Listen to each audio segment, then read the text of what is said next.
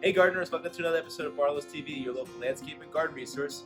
I'm here with a follow-up video on how to bring your tropical plant indoors for the winter. So if you just watched my recent video, we just repotted this plant. It was in my container all summer long, and I do some root pruning on it, and we got it all potted up. We're ready in this container to overwinter it. So just a couple tips. Now's the time. It's mid-October where the temperature's getting cooler and it's time to bring them inside. Once temperatures consistently stay at night below 45 degrees, it's really time to start bringing those houseplants and those tropicals inside. But before you do that, you want to make sure you take a couple steps to not infest your house with bugs. That's the big thing that I always think about is when I bring a tropical inside, is that this has been outside, it's been growing really well, and there's a great ecosystem of good bugs eating bad bugs. Once you bring that inside, you're bringing those bad bugs inside, and you don't have those good bugs inside your house to take the bugs off. So that's one thing that we really want to focus on to make sure that we don't bring those bugs inside. The other thing is that inside your house, the light levels are much lower than they were outside. So we have to do something, which I'm going to show you, to combat the fact that your light levels are going to be much lower inside your house. And then where are you going to put this inside your house? The sunny window, once you get it all done. So let's get started. So what I have here is hibiscus, and like I said earlier, I don't want to bring a lot of bugs inside. So I'm actually going to give this a really hard prune.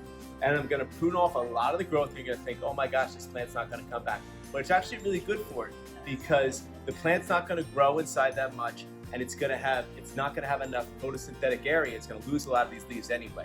So what I'm going to do is I'm going to start. I have a really good pair. These are Felco Pruners. Talk about this in all the videos. Make sure you have a really good pair of pruners. These are mine. You can change the blades if you need to. You can sharpen them, but you always want to have a good pair in your garden toolbox. So I'm basically going to prune this back. I'm taking a good 1/3 to a half of this hibiscus back, and I am going to practically take every single leaf off of this shrub. Now it's not going to look beautiful inside our house all winter long, but it's not meant to look beautiful inside our house all winter long. It's meant to look beautiful all summer. If you do want to have a really nice hibiscus in your house all summer, you don't have to do as big of a prune, but you might run into some problems later on with insects and with a lot of leaf drop, because these leaves that are on the plant right now, they're used to that really, really high sunlight that we've had all summer long.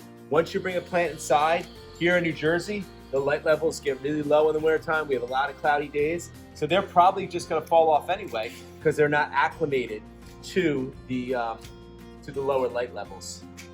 So like I said here, I'm doing a pretty hard prune on this plant here, cutting about 1/3 to a half of it back.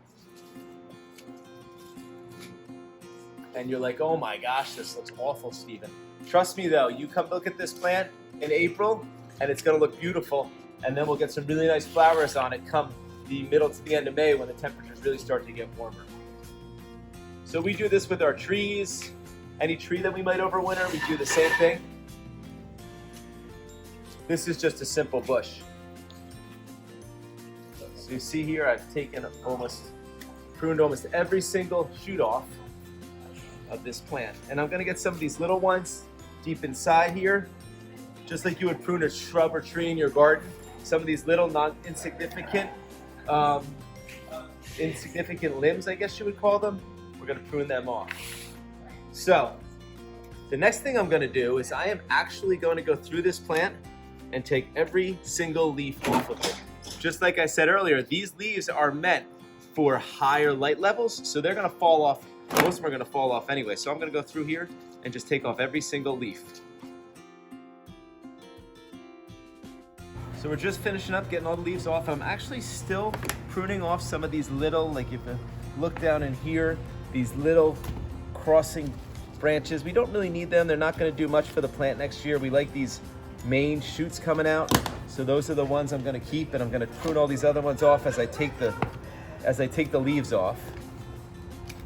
You see, I have almost completely defoliated this poor hibiscus, but trust me, it will be much happier come the springtime. Now, let's say you do want to keep a hibiscus with some leaves on and you don't want to do this heavy of a prune. You really need to make sure you treat that plant with some type of insecticidal soap or some type of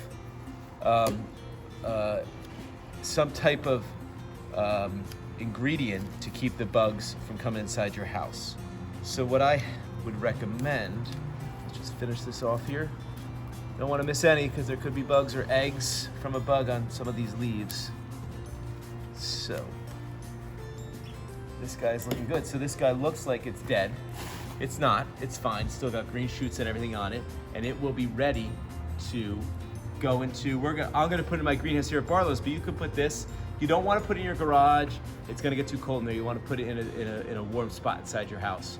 You know, it could even go in your basement for a couple weeks till you start to see green on it, but it needs to be in a warm spot. So I guarantee you that in about 2 weeks, I'm gonna see new leaves starting to grow on this. Once I do start to see new leaves grow on this, I'm gonna fertilize it. This is just a Jack's all-purpose. It's a great fertilizer, the same fertilizer that we use to grow a lot of our plants here.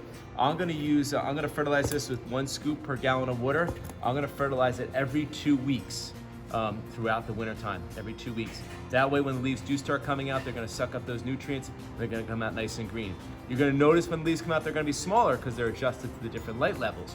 But eventually you will get larger and larger leaves once you move it outside. Now, once we come into April, you're gonna switch over to a blossom booster, which will help to push flowers out, and by then you will be loaded with leaves and will be ready to go outside. So some other tricks. Let's say that you don't want to cut all those leaves off. Before you bring it inside, I recommend using some type of insect control. This is organic insect control. You want to really spray it. I would go 2 to 3 sprays. Even though if you don't see any, there still might be eggs or something on there. So I would start right around October 1st, spray again October 15th, and then you can go ahead and bring it in.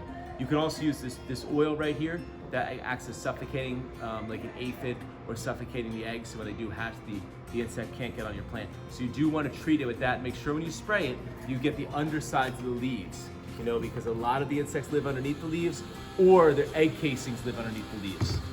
Another thing that I like to do, especially for my houseplants, so I have some houseplants that I have on my front porch that I'm gonna be bringing in, and I'm not gonna cut those back as hard as this. I'm still gonna give them a little prune, but obviously their foliage and their leaves is what I really enjoy about them, is I'm gonna treat them with that. And I'm also gonna use this systemic houseplant control. What this is a control that you put on top of the soil, and as the roots suck up the water, they'll suck up this control, and as an insect tries to eat the leaves, it'll kill the insect. So this is a great product. It's called a systemic houseplant insect control. Well, I'll definitely use this on my houseplants if I bring them in too for the winter time. So I hope there's some good tips I gave you on here. Don't be scared of this. We're gonna put on Facebook how this plant looks in 2 weeks, 4 weeks, and then we'll have a beautiful plant come next April. Hope you got some good ideas. If you have any other questions, be sure to check out our webpage or our Facebook page, or give us an email. Thanks so much for watching this episode, and have a great day.